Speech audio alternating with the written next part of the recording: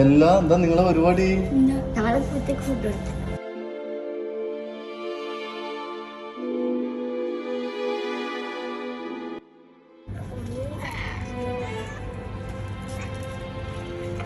പൂച്ചകൾക്ക് food കൊടുക്കാൻ നമ്മളല്ലേ, നമ്മളിപ്പോഴത്തെ ആൾക്കാരിൽ ഫുഡ് കൊടുക്കണം പൂച്ചകൾക്കല്ലോ.